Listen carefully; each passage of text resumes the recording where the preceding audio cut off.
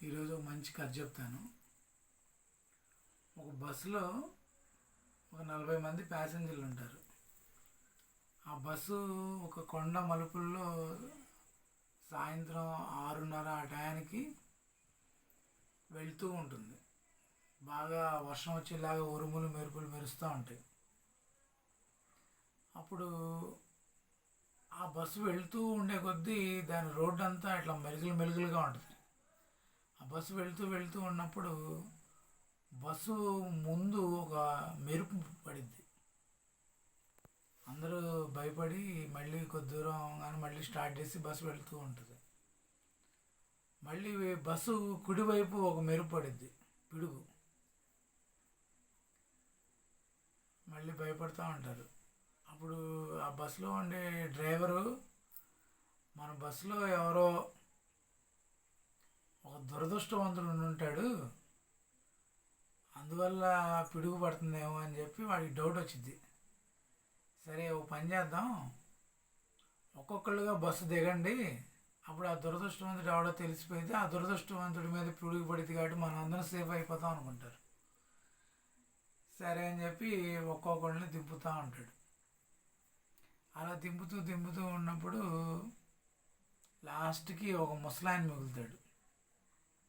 ఆ ముసలాయనకి చెప్తారు, అయ్యా నువ్వు కూడా ఒకసారి కిందకి దిగి మళ్ళీ బస్సు ఎక్కువ అంటారు. ఆ ముసలాయన దేనికి అది అంటాడు. ఏం లేదు ఒకసారి దిగి ఎక్కువ అని అడుగుతారు. సరే అని చెప్పి ఆ ముసలాయన కొద్దిగా బస్సు దిగి కొద్దిగా పక్కకి వెళ్తాడు. పక్కకి వెళ్ళంగానే ఒక పెద్ద పిడుగుపడి ఆ బస్సులో ఉండే వాళ్ళందరూ చనిపోతారనమాట. ఈ కథలో సారాంశం ఏంటంటే,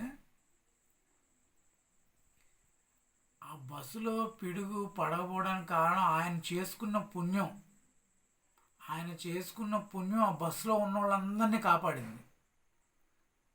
ఆయన దిగిపోవడం వల్ల ఇంకా బస్సులో ఎవ్వరు అంత పుణ్యం చేసుకోలేదు, వాళ్ళు ఇంకా బతకడానికి కూడా అర్హత లేదని చెప్పి భగవంతుడు ఆ బస్సు మీద పిడిగేసి మొత్తం అందరినీ చనిపోయేలాగా చేశారు. మనలో కూడా భారతదేశంలో గొప్ప గొప్ప మహాత్ములు, ఋషులు, ధ్యానులు, యోగులు ఉంటారు. వాళ్ళందరూ పుణ్యం వల్ల మన దేశం సస్యశ్యామలంగా ఉండి టయానికి వర్షాలు పడి అన్నీ మంచి జరుగుతున్నాయి.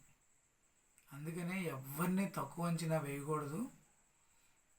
మన పక్కన ఉండే తోటి వాళ్ళందరినీ ప్రేమగా, దయగా, జాలి, కరుణ అన్ని మంచి భావాలతో చూసినప్పుడు మనకి మంచి జరగడమే కాకుండా ఆరోగ్యమే కాకుండా మహాభాగ్యం కూడా కలుగుతుంది. హరే కృష్ణ.